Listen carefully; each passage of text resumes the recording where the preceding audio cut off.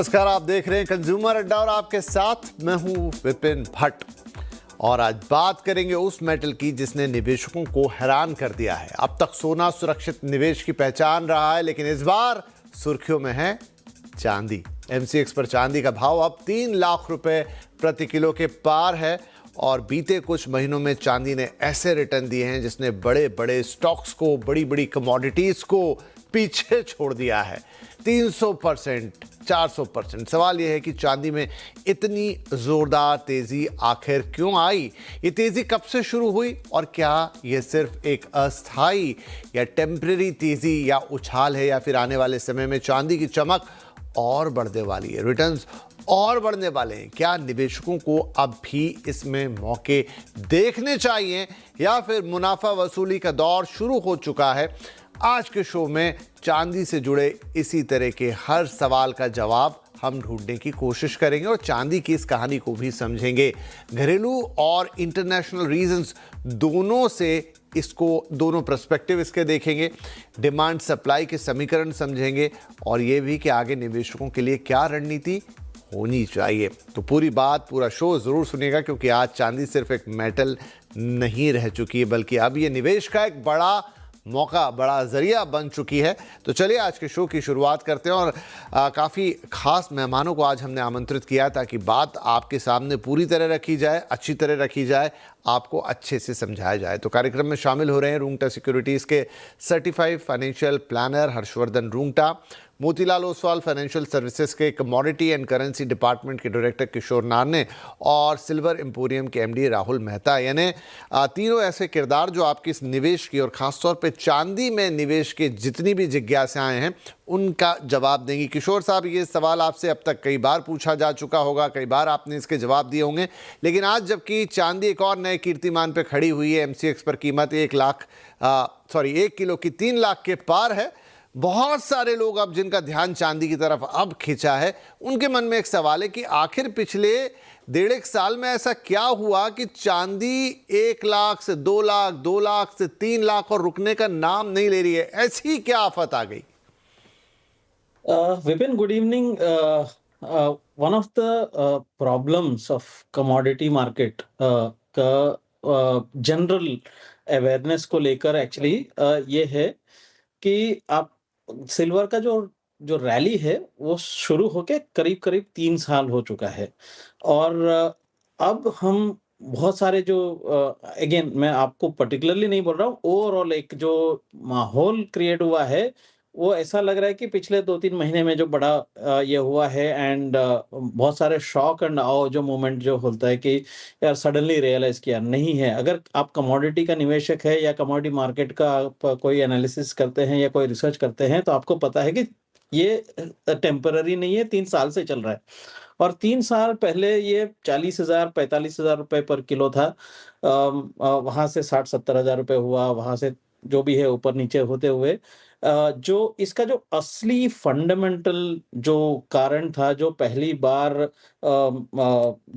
कई दशकों के बाद जो इसका प्राइमरी सप्लाई जो बोलते हैं कि जो माइन से जो सिल्वर निकलता है एंड जो प्राइमरी कंजम्पशन जो डिमांड है वो demand was been excess than the supply. So generally ये होता है कई बार मोस्ट ऑफ द कमोडिटीज में क्या होता है कि प्राइस एडजस्ट हो जाता है तो डिमांड अपने आप में कमजोर हो जाता है और डिमांड सप्लाई वापस रीबैलेंस में आ जाता है। ये कई बार आपने क्रूड में देखा होगा, बहुत सारे कमोडिटीज में ये होता है कि दैट इज बेसिक इकोनॉमिक्स है। आप कोई कमोडिटी का शॉर्टेज आता है तो उसका दाम बढ़ाओ या प्राइस बढ़ाओ, अपने आप में जो कुछ डिमांड है वो खत्म हो जाता है तो वापस जो है डिमांड एंड सप्लाई का बैलेंस री एस्टेब्लिश हो जाता है। बट सिल्वर में जो है जो डिमांड आया था, जो जो नया डिमांड है सिल्वर में after after many centuries let's say कि जो फोटोग्राफिक डिमांड से लेके आपको जो मिरर्स एंड अदर जो इलेक्ट्रॉनिक इक्विपमेंट का डिमांड से लेके फर्स्ट टाइम जो बैटरी टेक्नोलॉजी से लेके रिन्यूएबल्स एंड ग्रीन एनर्जी का जो डिमांड आया था वो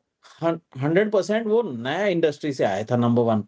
सेकंड इज इसको रिप्लेसमेंट जो मेटल्स है कि आप सोलर प्लेट में जो आप सिल्वर ऑक्साइड को रिप्लेस करना चाहता है, कोई और मेटल को यूज़ करना चाहता है, जिसमें थ्रस्टिंग जो बोलते हैं, मतलब कोई दूसरा मेटल को इसको रिप्लेस करते हुए इसका डिमांड कमज़ोर होता होना है, वो जितना हो सकता है हो चुका है।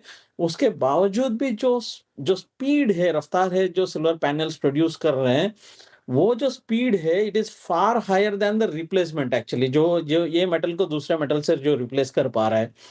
एंड उम्मीद है कि इवन एट करंट लेवल्स, उम्मीद है कि 2030 तक जो टोटल सिल्वर पैनल, जो सोलर पैनल का जो प्रोडक्शन है, यहाँ से दुगनी होने वाला है। एंड जितना रिप्लेस कर सकते हैं, उतना रिप्लेस हो चुका है, इसके बियॉन्ड रिप्लेस नहीं कर सकते हैं। सो जो होता है क्या है कि जब भी आपका जो प्राइमरी सप्लाई कमज़ोर पड़ता है और डिमांड बरकरार है, तो आप इन्वेंटरी से कंज़्यूम करते जाते हैं। पॉइंट कमोडिटीज़ का जो किशोर भाई, खासियत गॉट है। Your point. लेकिन अब इसके बाद मेरा अगला सवाल ये है, क्योंकि ये कंटिन्यूस है, आप ये एक्सप्लेनेशन देते चले जाएंगे और मैं सुनता चला जाऊंगा, उसका कोई अंत नहीं है। लेकिन मेरा सवाल राहुल भाई ये बताइए कि अगर ये एक्सप्लेनेशन इतना ही ईजी, इतना ही सिंपल, जैसे अभी किशोर भाई ने हमको समझा दिया और हमारी समझ में भी आ गया, अगर ऐसा होता तो आप जैसे तमाम जो डीलर्स हैं, जूलर्स हैं, वो शायद अपना सब कुछ बेच के चांदी खरीद चुके होते। तो क्या ये असेसमेंट था आप लोगों को, अगर मैं 3 साल का पकड़ूं? देखो, बिल्कुल सही कहा उन्होंने कि 2025 से 167% के रिटर्न, लास्ट 2 ईयर में 313%, लास्ट 3 ईयर्स में 337, लास्ट 5 ईयर्स में दौड़ ले तो ऑलमोस्ट 350% से ज़्यादा के रिटर्न आ गए। ये दिख भी रहा था, ये हो भी रहा था। लेकिन असली कहानी जो अभी पिछले 1-1.5 साल के अंदर, वो जो 1 लाख, 2 लाख, 3 लाख जो आई, तो अगर ये असेसमेंट था तो आप लोगों ने उसका पूरा फायदा उठाया? मतलब ये इतना सिंपल था एसेस करना कि एक दिन हम 3 लाख पे बात कर रहे होंगे? नहीं, इसी मेजॉरिटी जितने कंज्यूमर्स और इन्वेस्टर्स है चांदी में, उन्होंने बहुत अच्छा रिटर्न कमाया है ये साल में 2025 के अंदर। 2023-24 में लोगों ने नॉर्मल जो पब्लिक है, जनरल इन्वेस्टमेंट है, वहां पे 2024 में और 23 में लोगों ने इन्वेस्ट नहीं किया है। लोगों को सब में चांदी में तेजी लग रही थी, दे आर वेरी बुलिश। मगर एक बहुत अच्छी बात देखने में गई कि 2023 के एंड में साइंस ऑफ चांदी में जो बढ़ने की साइंस है वो दिखने चालू हो गए थे, क्योंकि रिसाइकल चांदी आनी बहुत कम हो गई थी। लोगों ने जिसके पास घर पे चांदी पड़ी है वो चांदी संभाल के रख रहे थे, वो रिप्लेस नहीं कर रहे थे, वो चांदी नई बाइंग कर रहे थे। काफी सालों के बाद में चांदी के इन्वेस्टर्स ने अच्छा खासा रिटर्न दिया है, बिकॉज पिछली जो तेजी हुई थी 2011 में, जब चांदी $50 हुई थी, और $50 से होने के बाद में चांदी ने काफी बड़ा करेक्शन दिया था और काफी इन्वेस्टर्स ने पैसा गंवाया था वो पीरियड के अंदर। इसलिए लोग बहुत कॉशियस थे, पब्लिक इन्वेस्ट जितने भी कंज्यूमर्स थे बहुत कॉशियस थे इस बार चांदी में इन्वेस्ट करने के लिए। मगर जैसे जैसे चांदी में तेजी पकड़ी 2024 के बाद में, लोगों ने अच्छी खासी दबा के चांदी खरीदी कंज्यूमर्स ने, और अभी भी होल्ड करके रखे। उन्होंने प्रॉफिट बुक नहीं कर रहे, उनको लग रहा है अभी भी चांदी में बहुत ज्यादा स्ट्रेंथ है, और उनको लग रहा है कि आने वाले टाइम में भी चांदी में बहुत अच्छा रिटर्न मिल सकता है।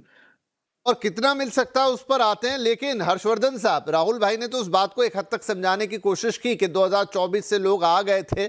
अब आप क्योंकि लोगों के पोर्टफोलियोज डिज़ाइन करते हैं, उनको सलाह देते हैं कि आप कितनी इक्विटी रखिए, कितना आप उसमें डेट रखिए, कितना गोल्ड सिल्वर के लिए भी जगह। तो आपकी सलाह में क्या उस सिल्वर को जगह मिल रही थी? मतलब जो फाइनेंशियल प्लानर्स हैं उनके असेसमेंट में कहीं चांदी एंट्री पा पाई थी?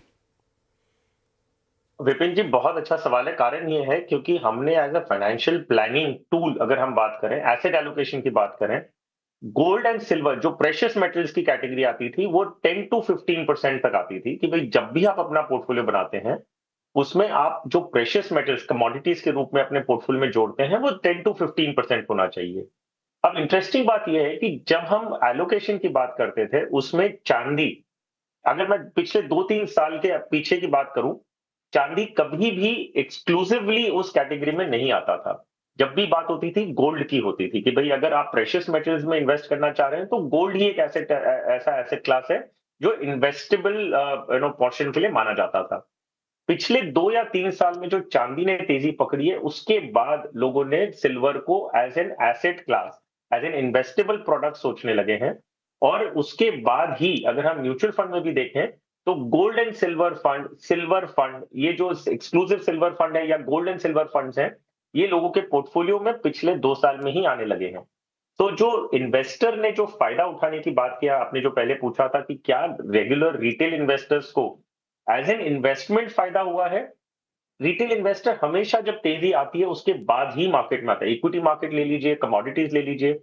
सो एसेट एलोकेशन स्टैंड पॉइंट से gold was preferred as an asset class in the precious metals category. Silver अभी जुड़ने लगा है।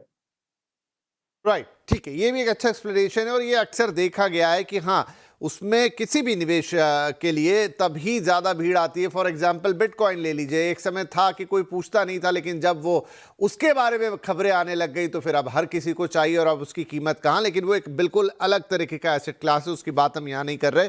राइट किशोर भाई, अभी राहुल जी ने भी वो बात बोली, वो मुझे याद है अभी तक 2011 तब भी मैं CNBC आवाज में था और चाइना से वो खबरें आया करती थी सिल्वर को लेकर, और तभी चांदी बहुत भागी थी कि ये 50,000 कभी क्रॉस करेगी और बहुत कुछ हुआ, फिर बड़ी मुनाफा वसूली भी आई, करेक्टली सेड। अब मुझे बताइए कि अभी की जो तेजी है, आपने एक बहुत बढ़िया एक पिक्चर हमको ड्रॉ करके दिया कि क्या रीजन था, लेकिन उसमें फंडामेंटल्स कितने काम कर रहे हैं, उसमें ट्रेडर्स कितना रोल प्ले कर रहे हैं, सट्टेबाजी उसमें किस हद तक है जो भाव अभी हम देख रहे हैं? अभी जो करंट पिछले आप एक साल का अगर मैं ये बोलूं तो उसमें फंडामेंटल रोल सबसे ज्यादा है एक्चुअली। एंड अगेन ये स्पेशलिटी कमोडिटीज का होता है, बिकॉज आप जो इन्वेंट्री अगर कंज्यूम करते जाएंगे, 3 साल से आप कंज्यूम करते जा रहे हैं, अभी जो बचा हुआ इन्वेंट्री है लगभग अराउंड 40,000 टन के आसपास का जो बचा हुआ है, which is in the accessible warehouses जो बोलते हैं, बिकॉज LME वेयर हाउस हो गया या यूएस CME का वेयर हाउसेस हो गया है, this is called accessible warehouses का मटेरियल है। सो मटेरियल अब जब भी खत्म हो जाता है, जो आखिरी जो मटेरियल पे जो दावा डालने वाले हैं, this go into that auction kind of a game. So typically you can't really produce silver. Actually silver का mines एकदम रेयर है, there are no silver mines per se which are very large. Actually silver is a byproduct of nickel mining, zinc and other metals, iron ore का थोड़ा बहुत aluminium का mining में आपको as a by product आता है। तो you cannot really suddenly out of the air, thin air आप प्रोड्यूस नहीं कर पाते हैं। एंड जो रिप्लेसेबिलिटी के नहीं के वजह से ये फंडामेंटल जो है अभी प्ले कर रहे हैं। So what happens is towards the end of this thing कि जो आखिरी चांदी जो बचा हुआ है उसके ऊपर हक किसका है, उसका जो वैल्यूएशन गेम वो चल रहा है। The last but not the least is China. Recently China ने सिल्वर एक्सपोर्ट्स के ऊपर बहुत बड़ा एक्सपोर्ट टैरिफ लगाया है। बेसिकली उन्होंने बैन किशोर भाई, कर आप दिया ये कह रहे हैं कि क्या चांदी के रिजर्व लिमिटेड है और अब उसका लास्ट कुछ पार्ट बचा है, इज इट? या आपको लगभग अगर आज सिल्वर का अगर प्रोडक्शन बंद हो जाएगा तो 15 दिन के अंदर आपका इन्वेंट्री खत्म हो जाएगा। ओह ठीक है, ये तो बड़ी बात आपने बताई। राहुल भाई मुझे ये बताइए, तो फिर जब इतनी ज़्यादा स्कैरसिटी दिख रही है या ऐसी डिमांड है या ये तमाम पूरे जो हम पूरी बातचीत कर रहे हैं, तो लोग अभी जब आपके पास आते तो क्या चीज़ चांदी के ऐसे जेवर खरीदते हुए तो मैंने आमतौर पे लोगों को देखा नहीं है। सोने के जेवरात तो लोग खरीदते हैं, क्या वो कॉइन्स खरीदते हैं, ब्रिक्स खरीदते हैं, बिस्किट्स खरीदते हैं, क्या मिलता है? चांदी कैसे बाय कर रहे हैं लोग? कि चांदी को बाय करने के लिए काफी विकल्प मतलब ऑप्शन है। जैसे चांदी के बर्तन खरीदते हैं, ज्वेलरी खरीदते हैं, चांदी के इन्वेस्टमेंट के लिए बार्स खरीदते हैं। और लास्ट 6 महीने के अंदर हमने काफी इन्फ्लो देखा है। जो इन्वेस्टमेंट जो करना चाहते हैं वो चांदी के ETF के तरीके से इन्वेस्ट करना चाहते हैं, ताकि वो एक बहुत इजीली उसको स्टोर कर सकते हैं, बिकॉज चांदी एक बल्कि कमोडिटी है। बाकी रही रिटेल इन्वेस्टर्स की, वो ज़्यादा प्रिफर करते हैं बर्तन और सिल्वर की ज्वेलरी लेने के लिए, क्योंकि सिल्वर गोल्ड के प्राइसेस काफ़ी हाई है।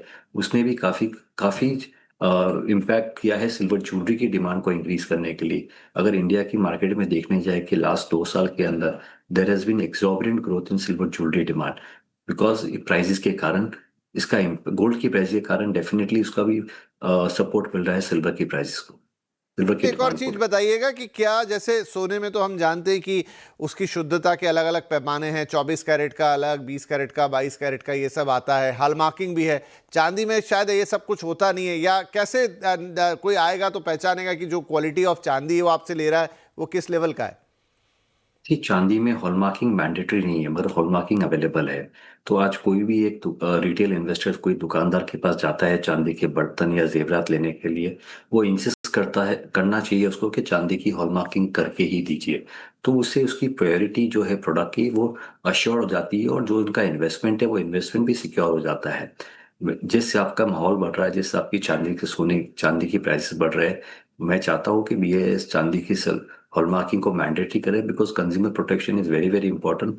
और चांदी में देखा गया है आमतौर पे over a year period of time चांदी में काफी प्योरिटी में गड़बड़ होती है ज्वेलर्स के पास। तो एक कैरेट होते हैं, ये होता है कैरेट्स कि में इसको चलता है, वो कैसे पता चलता है? कोई उसके साथ सर्टिफिकेट आता है? कैसे मेजर करते हैं आप इसको, किस प्योरिटी का चांदी है? चांदी की प्रोडक्ट्स जब बनने के बाद में BIS के हॉलमार्किंग सेंटर पे भेजते हैं, वहाँ पे BIS सर्टिफाई करता है और बाद में वो प्रोडक्ट दे सकते हैं। तो बहुत एक नॉर्मली चार्ज पे 35 रुपये पर प्रोडक्ट के अंदर वो चांदी की प्रोडक्ट को हॉलमार्किंग करके कंज्यूमर ले सकता है। क्योंकि मगर उसको ज्वेलर को इंसिस्ट करना पड़ेगा कि मैं बर्तन खरीदूंगा मगर मुझे हॉलमार्किंग करके ही दो तो ही मैं खरीदूंगा। जब तक आप वो कह रहे हैं कि इंसिस्ट ऐसी नहीं कोई करेगा। कैटेगराइजेशन नहीं है कि ये नंबर 1 पे है, ये नंबर 2 पे है, ये इंफीरियर है? सिंपल चांदी मतलब चांदी, एंड अगर उस पे BIS या हॉलमार्क मिल रहा है, it means it's pure to an extent. नहीं नहीं, चांदी की क्वालिटी में अलग अलग स्टैंडर्ड्स है। 99 का हॉलमार्किंग होता है, 925 का हॉलमार्किंग होता है, 80% का हॉलमार्क होता है। जैसे गोल्ड में जैसे 22 कैरेट होता है, 18 कैरेट होता है, 14 कैरेट होता है, तो वैसे चांदी में भी अलग अलग ग्रेड्स होते हैं हॉलमार्किंग के लिए। ठीक है ना, ये इंपॉर्टेंट था दर्शकों के पॉइंट ऑफ व्यू से। अब एक छोटा ब्रेक मैं यहाँ पे ले लेता हूँ, लेकिन जो बड़ा सवाल है जो सभी दर्शक देख रहे हैं उनके मन में एक ही है कि भाई मुझे अगर आज की तारीख में चांदी में निवेश करना है, 3 लाख तो पहुंच गई, तो क्या ये मेरे लिए मौका है या अभी दूर रहने का सिग्नल है कि जहां भाव इतना ऊपर आ गया? क्योंकि अगर यहां से मुनाफा वसूली आई तो नुकसान ही नुकसान है। हाँ, 3 की 5 लाख तक जाने वाली हो तो मेरे लिए अभी भी मौका बनता है। तो क्या ये आगे और चांदी के अंदर इस तरह की तेजी आएगी? दूसरा, क्या वो जाके बर्तन खरीदे या फिर वो ETFs ले ले, या कोई और तरीका है चांदी में निवेश करने का जिससे वो इस तेजी का अगर अभी भी कोई मौका बन रहा है फायदा उठाने का, तो जरूर उठा ले। एक छोटा ब्रेक, और ब्रेक के बाद अपने एक्सपर्ट से ये 2-3 अहम सवाल। चांदी एट 3 लाख, 1 किलो की कीमत अब MCX पर 3 लाख रुपए को पार कर चुकी है। देखते ही देखते चांदी पहले 50,000 से लाख हुई, लाख से 2 लाख, और अब 3 लाख। और यही हम बात कर रहे हैं कि इस 3 लाख के ऊपर क्या पिक्चर अभी भी बाकी है, या फिर कोई बड़ा क्लाइमैक्स है, या टर्न है, या कोई शॉकर है?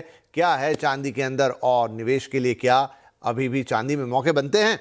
तो ब्रेक से पहले हमने चांदी की इस तेजी को समझा, कारण जाने, और क्या क्या चांदी के और एस्पेक्ट से वो समझे। अब ये कि क्या आपके लिए निवेश का मौका बनता है? कि तो किशोर साहब, अब जबकि जैसा आप भी कह रहे थे कि रिटेल पार्टिसिपेशन तब आता है, या अभी हर्ष जी ने कहा था, वो जब बहुत तेजी आ जाती है किसी भी ऐसी कमोडिटी के अंदर या किसी भी ऐसे इंस्ट्रूमेंट के अंदर। तो अब 3 लाख पे जब ये चांदी खड़ी है, क्या रिटेल निवेशक को ऐसे समय पे इसमें एंट्री लेनी चाहिए? क्या इसमें इतनी अभी और गुंजाइश है कि उसको कुछ फायदा होगा, या कभी बड़ी मुनाफा वसूली आ गई तो उसके हाथ ही जलेंगे? Vipin, I think definitely risk is significantly elevated, उसमें कोई डाउट नहीं है। रिस्क रिवॉर्ड रेशियो बिल्कुल फेवरेबल नहीं है, एंड खास करके 170, 180, 200% बढ़ने के बाद 15-20% का करेक्शन मामूली बात है, and it could be even a bull market correction. Still 15-20% का करेक्शन में रिटेल इन्वेस्टर्स का बहुत बुरी हाल होता है। तो extreme caution is required definitely, उसमें कोई डाउट नहीं है। अगर किसी को अभी प्रेशियस मेटल्स में इन्वेस्ट करना चाहिए तो डेफिनेटली करना चाहिए, because in the current geopolitical situation you need some safety buffer in your portfolio, तो आपको इन्वेस्ट करना ही चाहिए। बट चांदी और गोल्ड का जो रेशो अगर देखेंगे तो अराउंड 50-55 के आसपास आ गया है, विच यूज मतलब, so silver is highly over valued and gold is under valued. So फिलहाल के लिए my suggestion would be, at least अगर आपको फॉर एग्जांपल 10 लाख रुपए इन्वेस्ट भी करना है तो 7-8 लाख रुपए आप गोल्ड में रखना चाहिए, एंड सिल्वर में बहुत ही कम एक्सपोजर रखना चाहिए। अगर रिसर्च अगर आप फॉलो कर रहे होते तो मैं 2-3 साल से हम लोग 60-70 हजार रुपए से दिलवा रहे हैं। मोस्ट ऑफ द हमारे क्लाइंट्स को हम बोल रहे हैं कि 50% money you take off the table, आप प्रॉफिट बुकिंग करके आप घर लेके जाइए, बाकी 50% मतलब आपको ओरिजिनल एलोकेशंस में आ जाइए, सो दैट आप फर्दर आपको एडिशनल बेनिफिट ले सकेंगे, बट शॉर्ट टर्म वॉलेटिलिटी से बचेंगे। सो अगर आप मेरे को 1 साल 2 साल के अगर व्यू मांगेंगे तो आप 5-5.5 लाख रुपए का भी अपसाइड लेवल्स पॉसिबल है डेफिनेटली। अभी भी हमको ये स्ट्रक्चरल शॉर्टेजेस से कोई राहत मिल नहीं रहे हैं। सो डेफिनेटली वहां पे तेजी है, बट शॉर्ट टर्म डेफिनेटली एक वॉलेटिलिटी एंड एक प्रॉफिट टेकिंग का आ सकता है। तो I would like to exhibit extreme caution, so don't buy currently. अगर 15-20% नीचे आता है तो वहां पे आपको एक अच्छा एंट्री मिल सकता है। हर्ष जी, तो दो चीज़ें कही हैं किशोर जी ने कि आप इमीडिएटली तो ऐसा बड़ा निवेश मत कीजिए कि 15-20% का करेक्शन यहाँ दिख सकता है, लेकिन साथ में उन्होंने ये भी कहा कि 2-1 साल के अंदर वो 5.5 लाख रुपए तक का भी भाव एक्सपेक्ट करते हैं। अब आप पोर्टफोलियो में इसको क्या जगह देंगे? तो विपिन जी देखिए, ये जो future estimation of silver prices, particularly हम सिल्वर की बात करें, गोल्ड नहीं इंक्लूड करते हैं। तो किशोर जी ने कहा कि गोल्ड सिल्वर रेशियो, तो पहले हम समझ लेते हैं। वो राइटली उन्होंने पॉइंट आउट किया है कि आज की तारीख में अगर गोल्ड सिल्वर का रेशियो देखते हैं वो करीबन 50 है, 50:1। अभी गोल्ड सिल्वर रेशियो होता क्या, बहुत क्विकली बता दूं। ये बेसिकली इतना है कि कितने आउंसेस ऑफ सिल्वर आपको खरीद यूज लगेंगे for buying 1 ounce of gold. ये हिस्टोरिकल एवरेज जो है वो है 65:1। ये हिस्टोरिकल एवरेज बता रहा हूं। अगर ये चीज अगर 65:1 होती, which means gold ratio, gold silver का जो रेशियो है वो बेसिकली एक हिस्टोरिकल एवरेजेस पे है। आज की तारीख में गोल्ड सिल्वर रेशियो है 50:1, विच मीन्स कि सिल्वर उस हिस्टोरिकल एवरेजेस से ओवर वैल्यूड है। लेकिन सिर्फ हम गोल्ड सिल्वर रेशियो को नहीं देखेंगे, हिस्टोरिकल एवरेज से कंपेयर नहीं करेंगे। करंट सिचुएशन जो है, एक है सप्लाई शॉर्टेज की, किशोर जी ने बता दिया। हमने ये भी सुना कि डिमांड कितनी तेजी से बढ़ती जा रही है। तो एक तरफ सप्लाई रिस्ट्रिक्टेड है और डिमांड बढ़ती जा रही है। दूसरी जगह हम ये देखेंगे कि जो यूएस ने सिल्वर को एक क्रिटिकल मिनरल के रूप में एलोकेशन दिया है, तो उसमें again there is some restriction on the supply side. China ने एक्सपोर्ट लाइसेंसिंग रेजिम इंट्रोड्यूस की है जो 1 जनवरी से। आप अगेन सिल्वर की जो ग्लोबल सप्लाई है उसको कंस्ट्रेन होते हुए देखेंगे। ये चीज को हम दोनों पहलुओं को अगर देखें तो यहां से भी हम गोल्ड सिल्वर की प्राइसेस को अप्रिसिएशन मोड में देख रहे हैं। अब इसे ग्लोबल ये हिस्टोरिकल एवरेज से देखेंगे, सिल्वर ऑलरेडी ओवर वैल्यूड दिख रहा है। लेकिन क्या सिर्फ 50 का जो गोल्ड सिल्वर रेशियो उसको ध्यान में रखते हुए हमें आगे का strategy banana, I think wrong, गलत होगा, क्योंकि बहुत सारी other than the historical average के जो पैरामीटर्स थे वो बदल चुके हैं। तो आई थिंक कि आपको बहुत कॉशियस अप्रोच लेना होगा। बहुत अग्रेसिव बेट ना लें कि अगर आप सोच रहे हैं कि सिल्वर अगर 3 लाख रुपया हो गया, पिछले 1 साल में 200% रिटर्न दिया है, आगे जाते हुए 1 साल के अंदर मैं बहुत ज्यादा पैसा बनाऊंगा, आई थिंक वो अप्रोच गलत हो सकता है। कॉशियस अप्रोच लें, गोल्ड सिल्वर में एलोकेशन करें। दोनों में अगर एलोकेशन की बात करें, मैं सहमत हूं किशोर जी से जो कहते हैं कि 70-30 का रेशियो लें, कि 70% गोल्ड में रखें और 30% सिल्वर में रखें। आप सिल्वर से एग्जिट पूरा नहीं कर सकते एट दिस स्टेज, क्योंकि जो अदर पैरामीटर है, सप्लाई साइड कंस्ट्रेन है, बहुत ज्यादा सीरियस इश्यूज हैं, और उसकी वजह से आप देख सकते हैं कि सिल्वर के में अप्रिसिएशन हो सकता है। तो उस लिहाज में आप सिल्वर से एग्जिट नहीं ले सकते। सिल्वर में आपको एक्सपोजर रखना होगा, लेकिन थोड़ा रीबैलेंसिंग करें। 70-30 आई थिंक बहुत अच्छा रेशियो है जो इन्वेस्टर एक पैरामीटर बना के चल सकते हैं। क्विकली हर्ष जी, एक लाइन में, फिजिकल और ईटीएफ। तो वेल, मोस्ट सर्टनली सिल्वर अगर आप खरीदना चाह रहे हैं तो फिजिकल सिल्वर अगर आप खरीदने जाते हैं तो बहुत बड़ी क्वांटिटी हो जाती है।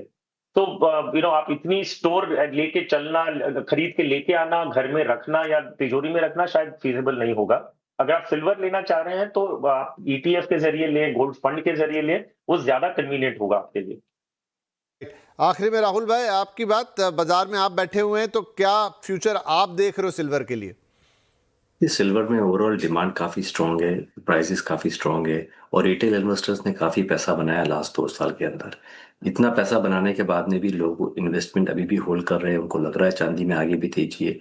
तो इन्वेस्टर्स जो है अभी भी चांदी होल्ड करके रख रहे हैं और आगे भी होल्ड करने वाले हैं। उनको प्रॉफिट बुक नहीं करना है, बिकॉज उनकी जो एंट्री लेवल से काफ़ी लो है। अगर चांदी में 10-15% या 20% का करेक्शन भी आ जाता है, पर उनकी जो एंट्री लेवल से इतनी लो है तो उससे कोई ज़्यादा इम्पैक्ट नहीं आएगा, उसमें और ज़्यादा डिमांड आएगी रिटेल बाइंग के अंदर। और रही बात ईटीएफ्स और फिजिकल बाइंग के अंदर, काफ़ी इन्वेस्टर्स अभी भी कंफर्टेबल नहीं है, छोटे इन्वेस्टर्स या रिटेल इन्वेस्टर के ईटीएफ में बाइंग करें। उनको ये लगता है कि चांदी खरीद के टच फील होल्ड करके तब उनको लगता है कि चांदी की में उनका कोई इन्वेस्टमेंट हुआ है। डेफिनेटली ईटीएफ बहुत अच्छा विकल्प है इन्वेस्टमेंट करने के लिए, बिकॉज चांदी एक बल्कि कमोडिटी होल्ड करने के लिए, और उसमें आप एसआईपी के जरिए काफ़ी स्टैगर्ड वे में इन्वेस्टमेंट कर सकते हैं। तो that is a very good option. आप एसआईपी के जरिए चांदी में इन्वेस्टमेंट करके रखिए, तो एक आपका लॉन्ग टर्म के हिसाब से अच्छा पोर्टफोलियो बिल्ड हो तो सकता मैं है। दर्शकों पे छोड़ देता हूं कि उनको किस तरीके से चांदी की तरफ जाना है, उनको फिजिकल टच चाहिए या उनको वो ईटीएफ का रास्ता ज़्यादा बेहतर होगा। लेकिन हमारे तीनों मेहमानों ने मोटे तौर पे एक बात तो कही है कि because of all fundamentals and पूरी कहानी जो देखें कि चांदी में अभी भी एक अपसाइड डिमांड तो है। हाँ, वो रातों रात नहीं होगा, अगर आपको जल्दबाजी में करना चाहेंगे तो शायद हाथ जला लेंगे, लेकिन अगर एक लॉन्ग टर्म का पर्सपेक्टिव लेते हैं तो पिक्चर जो हमने पूछा ना, क्या पिक्चर अभी बाकी है, तो जी हाँ बिल्कुल पिक्चर अभी बाकी है। शायद अभी मध्यांतर ही आया है और अभी आधी और क्लाइमेक्स और सब कुछ दी एंड तक बाकी है, तो मौका तो बनता है। लेकिन जैसा दोनों ही एक्सपर्ट्स ने कहा कि भाई वो 70-30 वाला रेशियो आप बरकरार रखें, निवेशित रहें। अभी निवेशित हैं तो तुरंत ना निकले और चांदी के फंडामेंटल्स पे नज़र लगातार बनी हुई है। करेक्शंस वक्त वक्त पे देती रहेगी, लेकिन अभी due to all other reasons उसमें एक बड़ा स्कोप दिखता है। 5-5.5 लाख तक की भी बात गई यहाँ पे शो के अंदर। फिलहाल हर्ष जी, किशोर जी, राहुल जी, बहुत बहुत शुक्रिया। यही आम दर्शकों के लिए शो था जो अभी अभी जिन्होंने चांदी की चमक देखी और मन में उनके सवाल आ गए कि क्या भाई अब हम भी इसमें कुछ बहती गंगा में अपना हाथ धोएं, चांदी से हम भी थोड़ा सा कुछ कमा ले, तो उनके लिए ये शो था कि ये चांदी का इस वक्त का बाजार है, उसके फंडामेंटल्स है और आगे आपके लिए इतना स्कोप और इतने मौके चांदी में बनते हैं। बहुत बहुत शुक्रिया आप तीनों ही मेहमानों का इस कार्यक्रम में शामिल होने के लिए। नमस्कार।